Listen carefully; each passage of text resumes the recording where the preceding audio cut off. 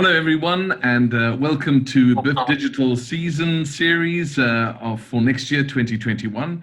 And it's my great pleasure to be talking to Madeleine Boyd, otherwise known as Mads, who is our designer for the set and costumes for Rossini's Lago. So, award-winning designer, we are so pleased to have you working on the festival for next year. Welcome, Madeleine, and it's great to see you. Now, Mads has got something very lovely for us today, is that she's got her camera and she's going to be taking us around her studio. So, Mads, I'm going to throw open the first question to you, and that is, people are so intrigued about the creative process involved in somebody coming to you and saying, we want to do Donna del Lago by Rossini. Please, could you design the set and costume for us? How do you start? Where do you begin? What does that creative process involve? Hi, Michael. Thank you. Well, it's very dependent on the director. It's a very personal relationship with each director. So some directors come to me with a very, very clear idea of an artist or a film they've seen that they want to somehow capture within a design. Other directors come with absolutely no idea and just want to sort of work it out together. Then others come with a very fixed idea that I'm not keen on, and then we have to have a bit of a discussion about why I might, not be keen on it. It depends. Ultimately, I want to make a space that the director is comfortable with, and I think we tend to sort of sit down, try out. I tend to design with sort of sculpting. So rather than draw plans, which some designers do, and then elevate them, I sculpt with card. So it's quite a loose process. And usually I invite the director in several times throughout the process and sort of get their feedback as to how the space is making them feel. So yeah, it depends. For Donna del Lago, Jacopo, the director, and I started by talking about the bigger issues of sort of femininity and what Donna del Lago represents for women. So that was our really, spaces that we felt were masculine or feminine. So it's about the magic space of the cube. And would you say that that's correct, that it's a sort of a cube space that opens up to an audience, that invisible wall? Yeah, a cube, I suppose some sets are designed to showcase a world that's very unique and sort of finished, and audiences get a glimpse into it. Other spaces are more immersive, and that's partly down to the kind of space we're working in, but it's also down to whether you want the audience to view it as a modern day audience looking. In the case of Don del Lago, we've had to make a choice. Are the audience sort of looking through the fourth wall and peeking into society they don't recognize? Yes. Or are we getting them to immerse themselves in a society that they do? And so the design is either designed to present the audience with a question, or it's designed to sort of pull them in and show a mirror. I suppose there's always a mirror, kind of. There is a mirror involved, isn't there? So yeah. In terms of model boxes now, explain the concept of a model box and how this works to our audience. Well, if I show you a sketch model box, I've got one over here. So this is it's quite a particular box. This is a model box for tour. You can see it's still sort of in white card. Oops. It's still sort of in white card form. It's just me sketching with ideas. It's quite sort of 2D at the moment. And it's just, you can see my little collection of bits and bobs over here, wheels and chairs and tables, and it's just starting to create a shape, create a space that might be useful. We can look at how a person looks in the space, sort of scale how it feels. And then over here we go all the way over to a finished model where it's like all paint finished and detailed. The work's been sort of completed, and in fact this model is waiting for a show that's now been pushed to next year, and it sort of, the whole thing has to work and function. So yeah, so that's the process. So really, in other words, you have a white card model. We have a white card model over here, which is then sort of a rough sketch which you show to the designer and the company that you're working for. And then once everybody says we're going ahead with that, then you move to something that's more complete. Yes? Then you move to something that's more complete. Yeah. So in the case of Don del Lago, which is, I'll just show you a glimpse of it. It's just a little surface. We started to indicate certain finishes. I won't show any more. Did you notice that, everybody? That was just a very quick glimpse, because Mads and I both feel that we don't want to reveal too much of it. No. Maybe you can show them another quick glimpse, Mads. I can show a quick glimpse. Here we go. Here's a little. In fact, this is quite a good model, because this is actually quite a developed white card in order to have it costed. So there is an indication of some texture in here. There's an indication of some sort of there we go. Oh, that's good, yes. A little bit of intrigue. So that's quite a good example of a white card model moving into a finished state, where we've got to look at texture so that we can more accurately cost where it might end up. So talk to me a little bit about the difference between decor and a set design. I think our space is designed to tell a story, either support a story or tell a story in and of itself. I think set design these days certainly has subtext, and very often is either underpinning or perhaps even juxtaposing an idea that the director has. Whereas I think decor is about, making a space attractive to look at, or perhaps producing a generic sense of an environment. Mm-hmm. I think now we're called upon very much to insert very specific ideas, which perhaps either is enhancing the direction, or in some cases even putting an idea in that the direction can't put in. Right, that's it. And when you start, say from start to finish, how long does it take you to complete that process? Well, at the moment, about 2 years. Normally, I mean, it very much depends. And actually, I work around the world, and it depends on country to country. But normally, I would give it sort of 2 or 3 weeks for a sketch design to develop.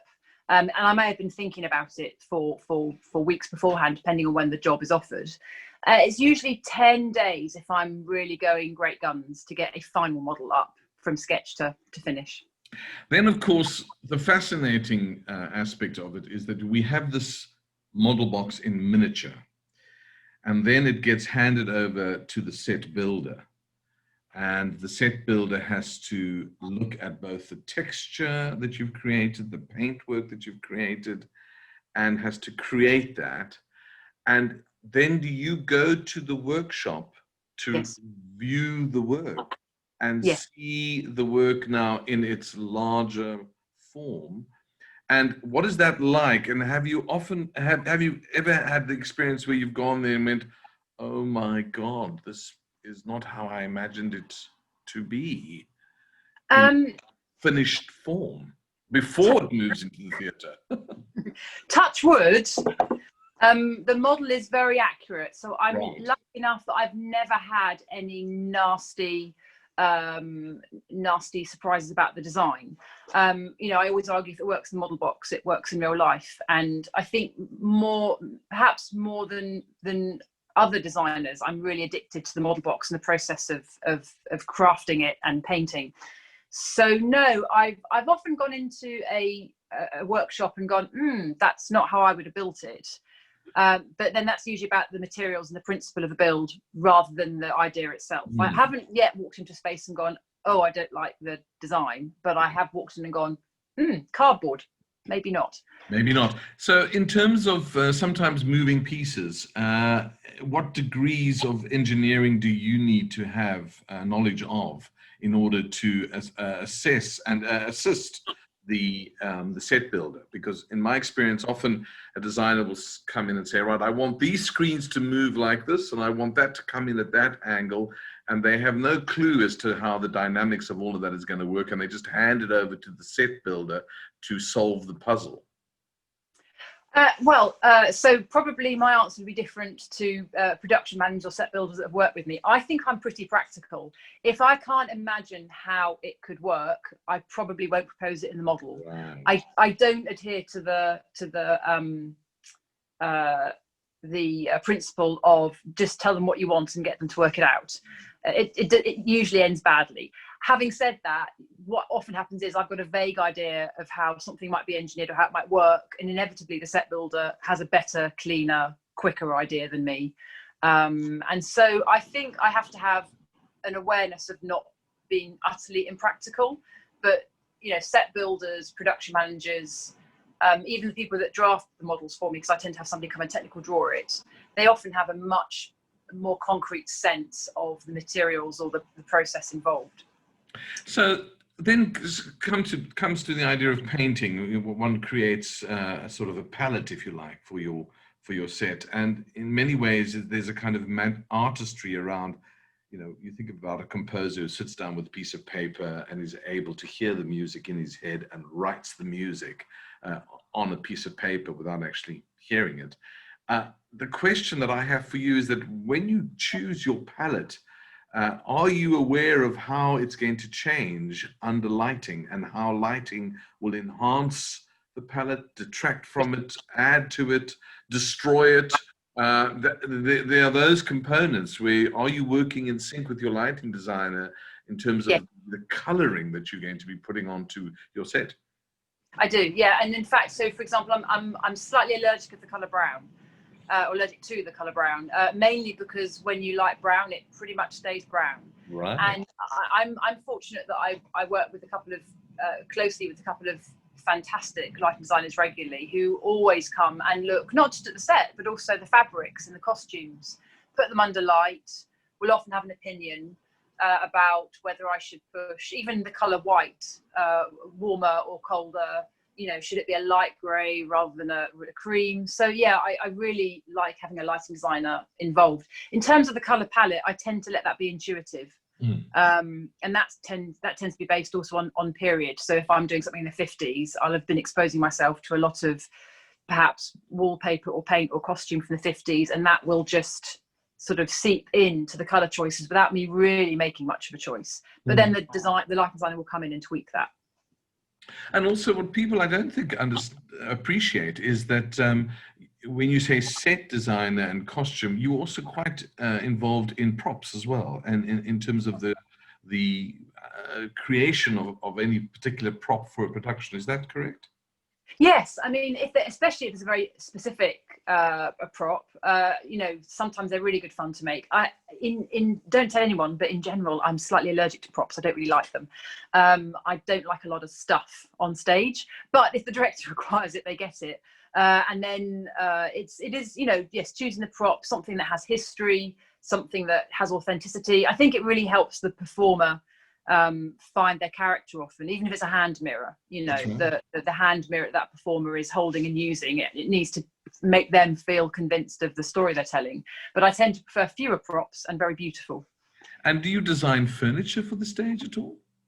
Sometimes, yeah, if it's a very particular thing. In fact, I did a show for Welsh National Opera where I had to design an entire spider throne, which was a prop meets bit of set with wheels and articulation and sort of, but it was essentially, it was a throne. It was a massive moving chair.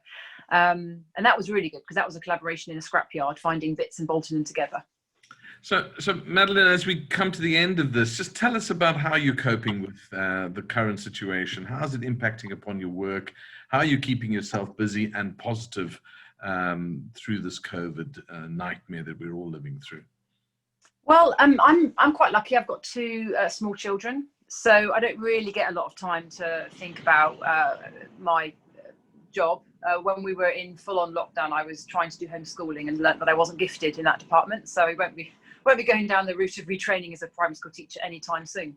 But we were gardening a lot as a family, and my daughter would come down to the studio occasionally because we can walk here, to play with the models while I was just keeping them from getting dusty. I've never really stopped work, actually. I'm just sort of pottering around, keeping things ticking over, waiting for the moment where we might get the green light to build. And the curtain will rise on one of your sets, which I hope will be the case in 2021 at Buxton. Madeleine, it's been so lovely to chat to you, and thank you for inviting us into your studio and taking us on a phone tour of your space, as it were. So thank you so much, and we look forward to seeing your work at the festival in 2021. Thank you.